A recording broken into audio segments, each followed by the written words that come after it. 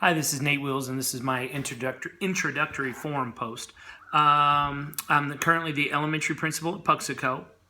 I recently finished my doctoral program through the University of Missouri, and this is actually my last class in the specialist program at Southeast.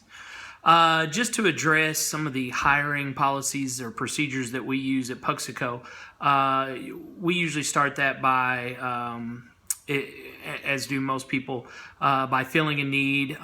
First, we look at if a position comes open through a move or retirement or what have you. We look at the if that position needs to be refilled based on if it's a teaching position or if it's an area that we might be able to save some money and cut at least for a year or more. But if it is one that needs to be filled, then we do post that, as most people do, on various websites for teacher recruiting.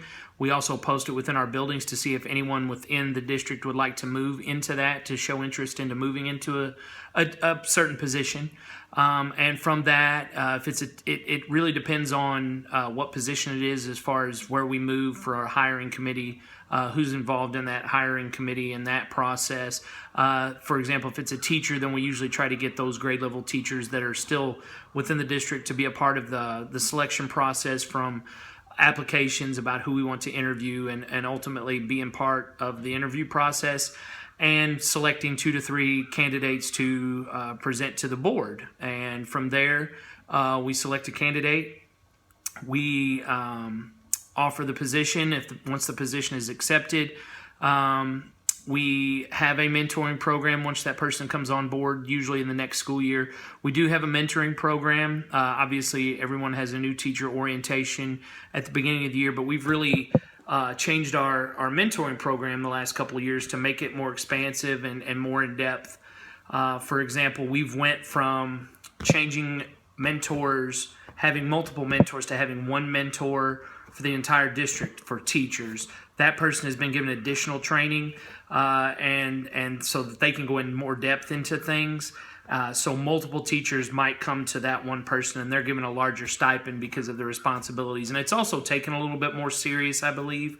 When you add those responsibilities, then people see it as an important role. And instead of having individual mentors for a teacher, when you have that one mentor, they can actually have group meetings and discuss things that they're seeing or discuss issues that they're having that might be specific to our district. So it's something that we rolled out last year, and it's worked well so far, and we will continue to do that at least into this next year as long as we see the use of it.